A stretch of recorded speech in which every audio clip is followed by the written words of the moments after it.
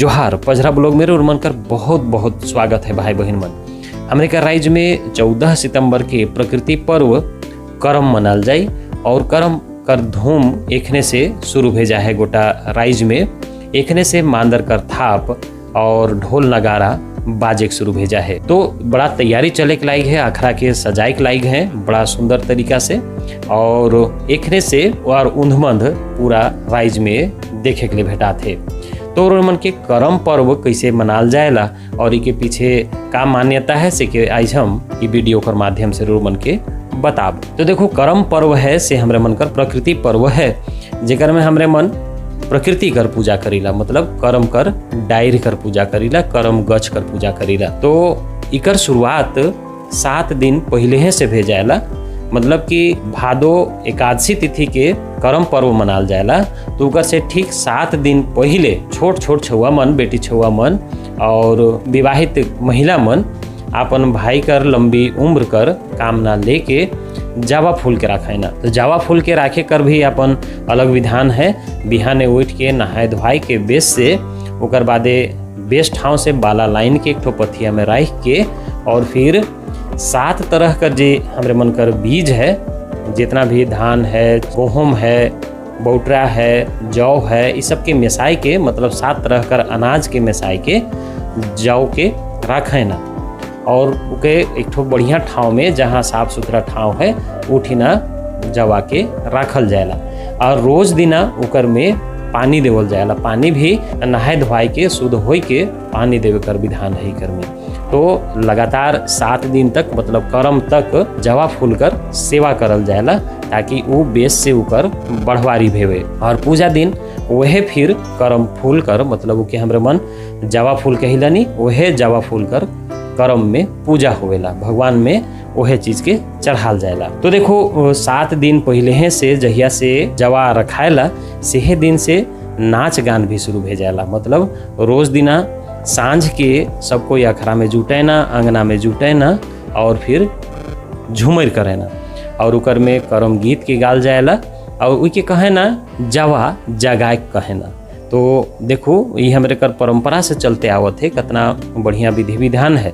और उकर बादे जब करम दिन आवेला नी, तो करम दिन में बिहाने से उन्धमंत शुरू भेजाला, पूजा कर तैयारी भेजाला। तो बिहाने पहले छुआ मन उठेना और अपन जे अंगना है से के बढ़िया से लिपेना बाढ़ेना, ताकि करम राजा के अपन आंगन में बुलाए है तो अंगना के साफ सुथरा रखना जरूरी है।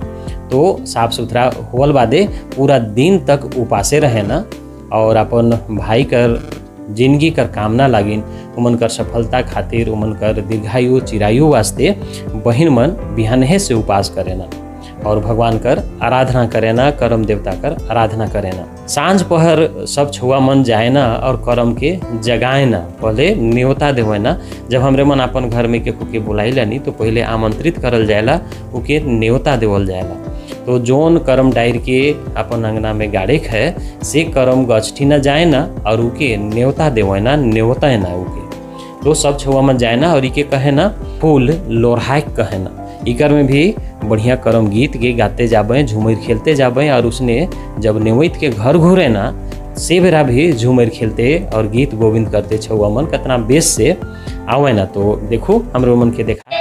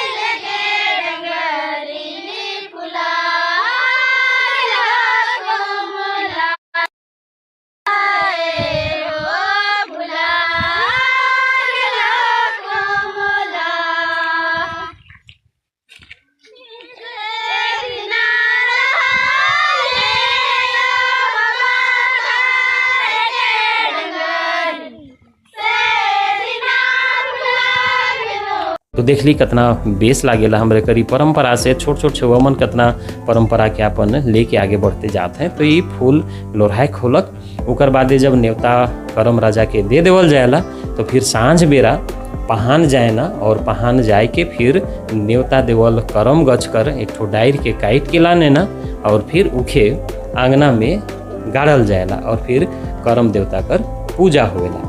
करम पूजा भी बहुत विधान है। इकर में हमरे मन प्रकृति कर पूजा करीला, और इकर में जौ कर जे 7 वर्ण कर जे बीज कर बिहीन कर हमरे मन जौ राखीला नी, वो जावा फूल कर हमरे मन पूजा करीला और भगवान में उनके चढ़ाईला। करम राजा के हमरे मन रात के बढ़िया बढ़िया पकवान उनके भोग लगाईला, और फिर उकर में सूता मन बहुत तरह से पूजा पाठ उकर में करल जाएला।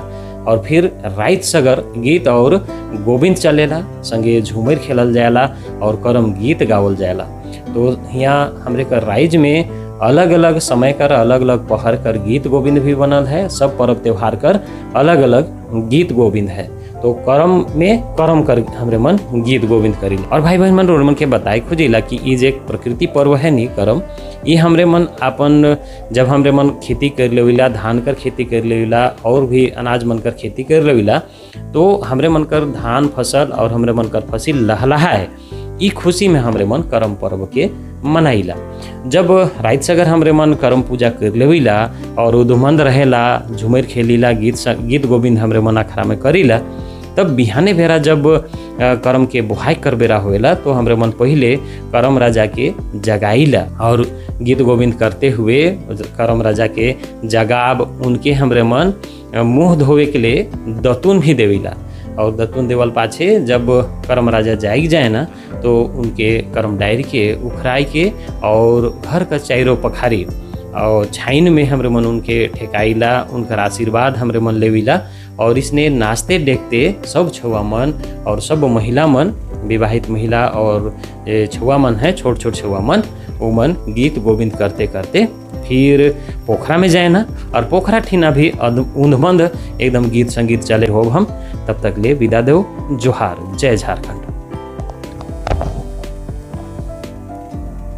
भाई बहन मन जब करम पूजा करें ना नी, छोट छोट बहन मन अपन भाई लगिन, चाहे विवाहित महिला मन अपन भाई लगिन जब पूजा करे ना, तो पूजा करल पाछे फिर एहो संकल्प करे ना, करम राजा कर डायर के धैर के और केस के धैर के और पानी लेके संकल्प करे ना, और कहे ना पूछल भी जाएला कि अपन करम भाइयक धर्म कहल जाएला।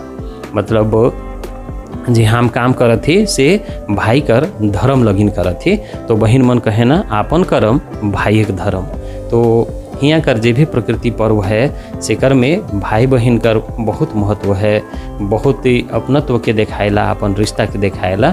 तो हमरे मन प्रकृति कर पुजारी ही भाई बहन मन। तो यह रकम तो भाई बहन मन आशा करीला रोड मन के करम पूजा कर बारे में जे हम जानकारी दिली रोड मन के बड़ा नगद लाई हुई।